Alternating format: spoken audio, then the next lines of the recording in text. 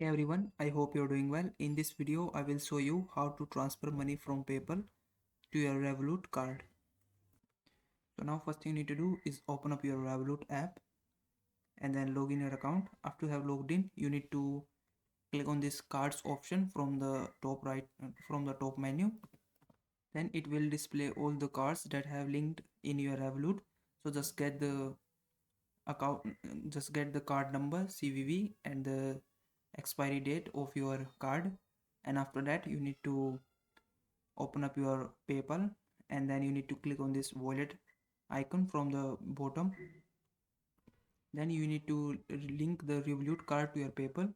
For doing that, you need to click on this add new button right next to the banks and cards option.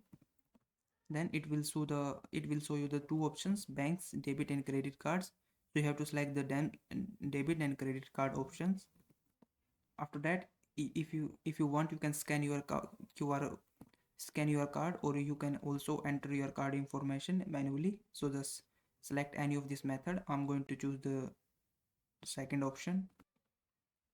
Then you need to enter your card number, expiry date and CVV number, and also the billing address, and then click on this linked card option. And that's it, your Revolut card will be linked to your PayPal.